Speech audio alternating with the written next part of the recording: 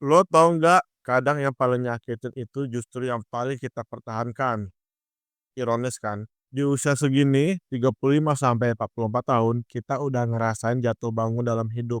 Pernikahan gak seindah dulu, karir makin berat, dan kadang orang yang kita bela mati-matian malah bikin kita hancur pelan-pelan. Tapi, kenapa kita tetap bertahan? Menurut psikolog dari Harvard, Dr. Daniel Gilbert, manusia sering jatuh dalam bias yang disebut impact bias. Kita melebih-lebihkan seberapa besar dampak sebuah kehilangan. Artinya, kita takut kehilangan sesuatu yang sebenarnya udah bikin kita terluka. Kita pikir, kalau kita lepasin, hidup bakal hancur.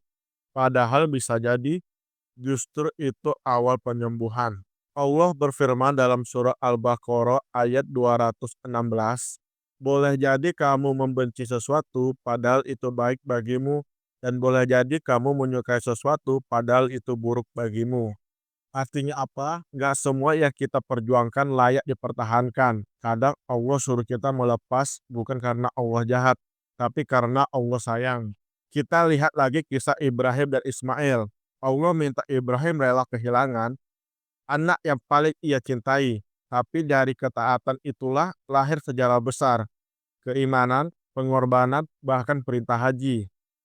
Kadang melepaskan itu bentuk tertinggi dari keimanan.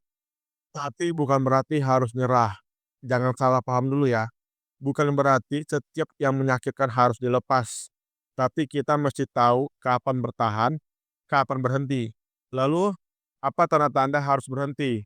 Yang pertama, kalau harga dirimu udah diinjak. Yang kedua, kalau nggak ada niat berubah dari pasangan atau situasi. Yang ketiga, kalau semakin lama makin jauh dari Allah. Lo lagi mempertahankan sesuatu sekarang. Tanya ke dirimu sendiri, apakah ini mendekatkan kamu ke Allah? Apakah kamu makin baik atau malah makin hancur? Kalau lo ngerasa video ini nyentuh realita hidup lo, follow akun ini buat konten reflektif dan islami yang relevan buat cowok di usia 35 ke atas. Share ke teman lo yang mungkin lagi capek bertahan sendirian.